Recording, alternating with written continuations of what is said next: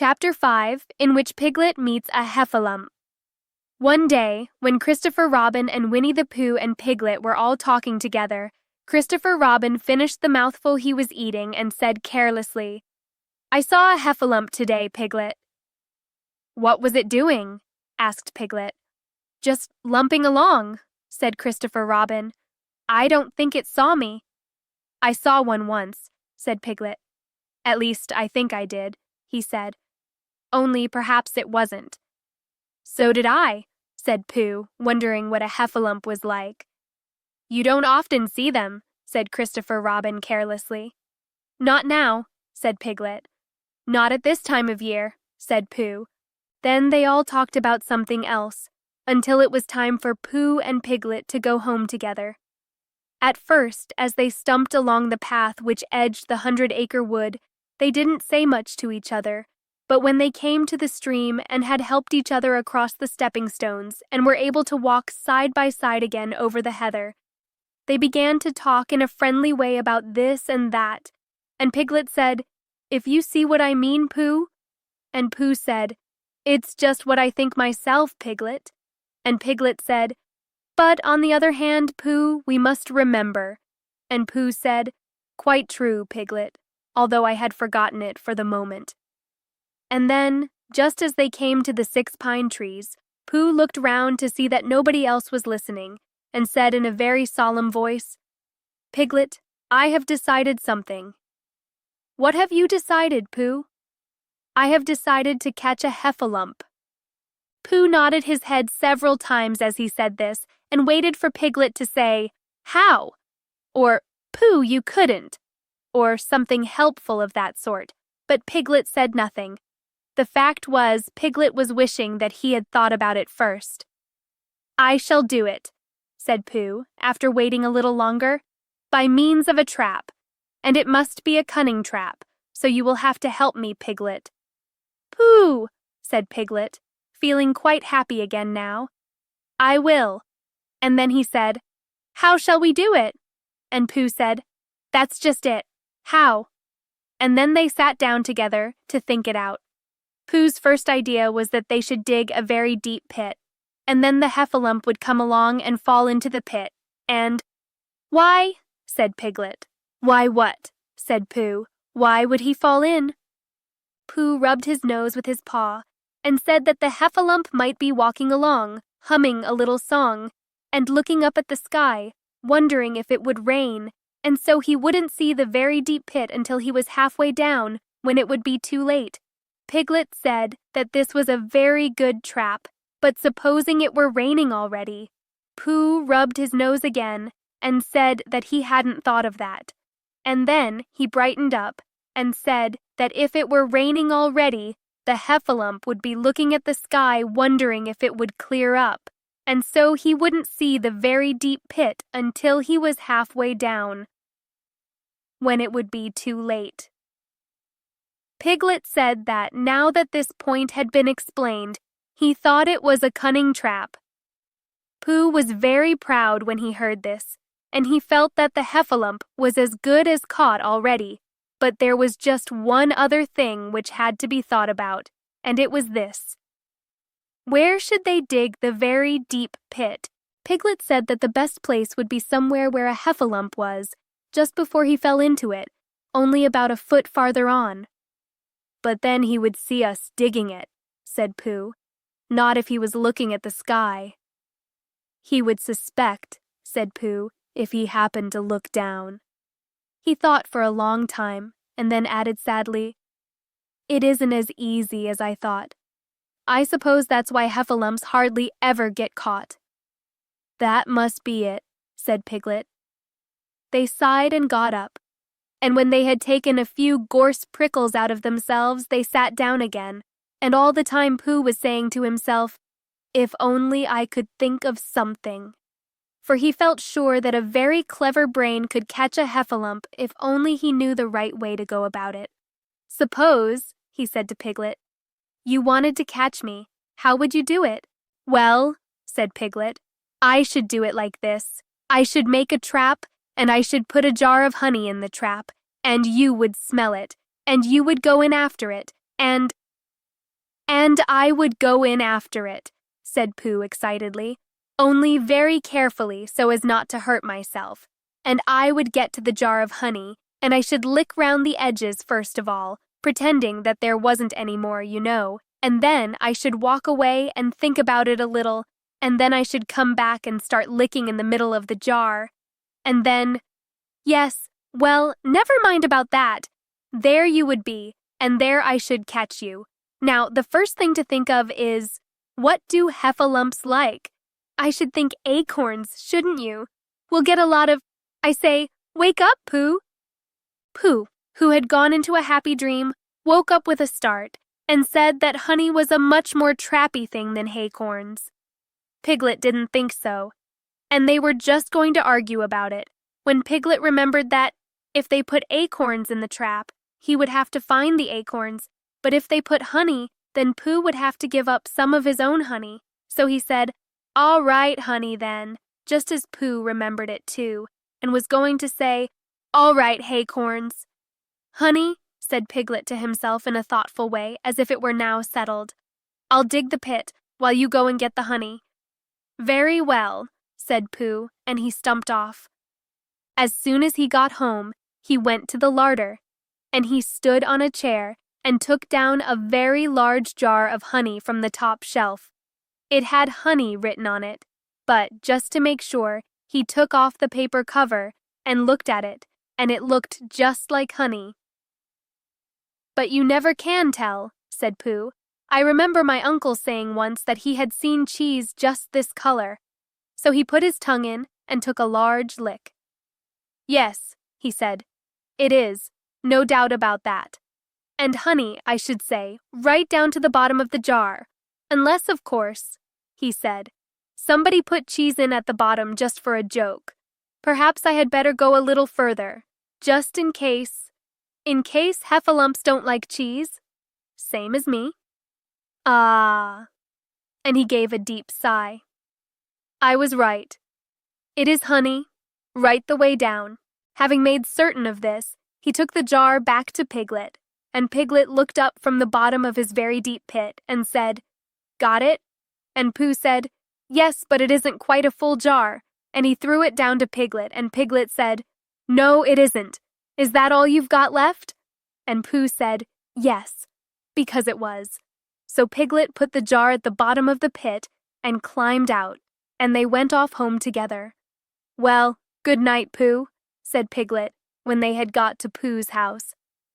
"And we meet at 6 o'clock tomorrow morning by the pine trees, and see how many heffalumps we've got in our trap." 6 o'clock, Piglet. And have you got any string?" "No. Why do you want string?" "To lead them home with." "Oh, I think heffalumps come if you whistle." "Some do and some don't. You never can tell with heffalumps. Well, good night." "Good night." And off Piglet trotted to his house, Trespassers W, while Pooh made his preparations for bed. Some hours later, just as the night was beginning to steal away, Pooh woke up suddenly with a sinking feeling. He had had that sinking feeling before, and he knew what it meant. He was hungry. So he went to the larder, and he stood on a chair and reached up to the top shelf and found nothing. "That's funny," he thought. "I know I had a jar of honey there, a full jar, full of honey right up to the top, and it had honey written on it, so that I should know it was honey. That's very funny." And then he began to wander up and down, wondering where it was and murmuring a murmur to himself, like this: "It's very, very funny, 'cause I know I had some honey, 'cause it had a label on, saying honey, a galoptious full-up pot too, and I don't know where it's got to. No, I don't know where it's gone. Well, it's funny." He had murmured this to himself 3 times in a singing sort of way, when suddenly he remembered. He had put it into the cunning trap to catch the heffalump. "Bother!" said Pooh. "It all comes of trying to be kind to heffalumps." And he got back into bed. But he couldn't sleep. The more he tried to sleep, the more he couldn't. He tried counting sheep, which is sometimes a good way of getting to sleep, and As that was no good, he tried counting heffalumps, and that was worse, because every heffalump that he counted was making straight for a pot of Pooh's honey and eating it all. For some minutes, he lay there miserably, but when the 587th heffalump was licking its jaws and saying to itself, "Very good honey this, I don't know when I've tasted better," Pooh could bear it no longer. He jumped out of bed, he ran out of the house, and he ran straight to the 6 pine trees. The sun was still in bed, but there was a lightness in the sky over the 100-acre wood, which seemed to show that it was waking up and would soon be kicking off the clothes. In the half-light, the pine trees looked cold and lonely, and the very deep pit seemed deeper than it was, and Pooh's jar of honey at the bottom was something mysterious, a shape and no more. But as he got nearer to it, his nose told him that it was indeed honey, and his tongue came out and began to polish up his mouth, ready for it. "Bother," said Pooh as he got his nose inside the jar. "A heffalump has been eating it."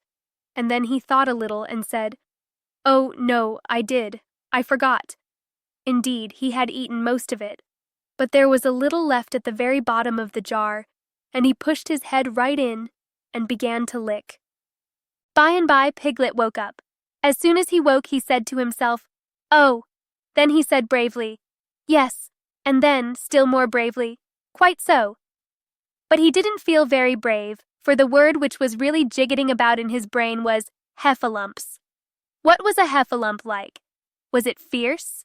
Did it come when you whistled? And how did it come? Was it fond of pigs at all? If it was fond of pigs, did it make any difference what sort of pig? Supposing it was fierce with pigs, would it make any difference if the pig had a grandfather called Trespassers William? He didn't know the answer to any of these questions, and he was going to see his first heffalump in about an hour from now. Of course, Pooh would be with him, and it was much more friendly with two. But suppose heffalumps were very fierce with pigs and bears. Wouldn't it be better to pretend that he had a headache and couldn't go up to the 6 pine trees this morning? But then suppose that it was a very fine day, and there was no heffalump in the trap. Here he would be, in bed all the morning, simply wasting his time for nothing. What should he do? And then he had a clever idea. He would go up very quietly to the 6 pine trees now, peep very cautiously into the trap, and see if there was a heffalump there, and if there was, he would go back to bed, and if there wasn't, he wouldn't. So off he went. At first he thought that there wouldn't be a heffalump in the trap, and then he thought that there would, and as he got nearer he was sure that there would, because he could hear it heffalumping about it like anything. "Oh dear, oh dear, oh dear," said Piglet to himself, and he wanted to run away. But somehow, having got so near, he felt that he must just see what a heffalump was like, so he crept to the side of the trap and looked in. And all the time Winnie the Pooh had been trying to get the honey jar off his head. The more he shook it, the more tightly it stuck.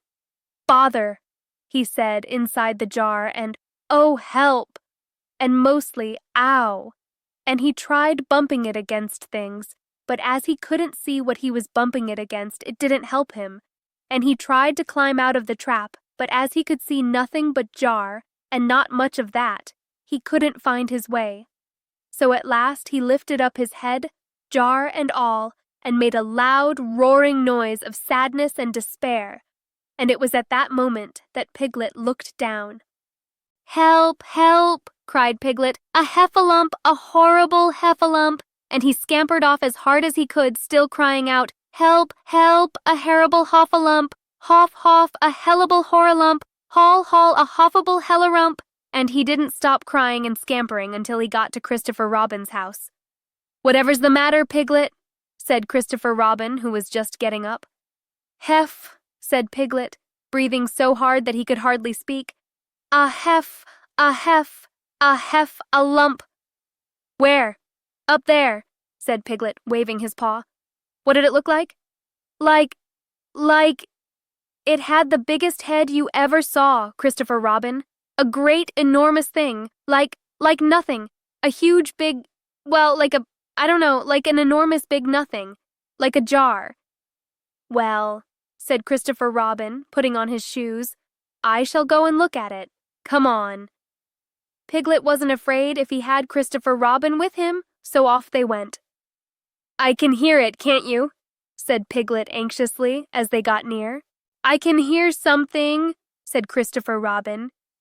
It was Pooh bumping his head against a tree root he had found. There, said Piglet. Isn't it awful? And he held on tight to Christopher Robin's hand. Suddenly Christopher Robin began to laugh, and he laughed, and he laughed, and he laughed. And while he was still laughing, crash went the Heffalum's head against the tree root, smash went the jar, and out came Pooh's head again. Then Piglet saw what a foolish piglet he had been, and he was so ashamed of himself that he ran straight off home and went to bed with a headache. But Christopher Robin and Pooh went home to breakfast together. "Oh, Bear," said Christopher Robin, "how I do love you." "So do I," said Pooh.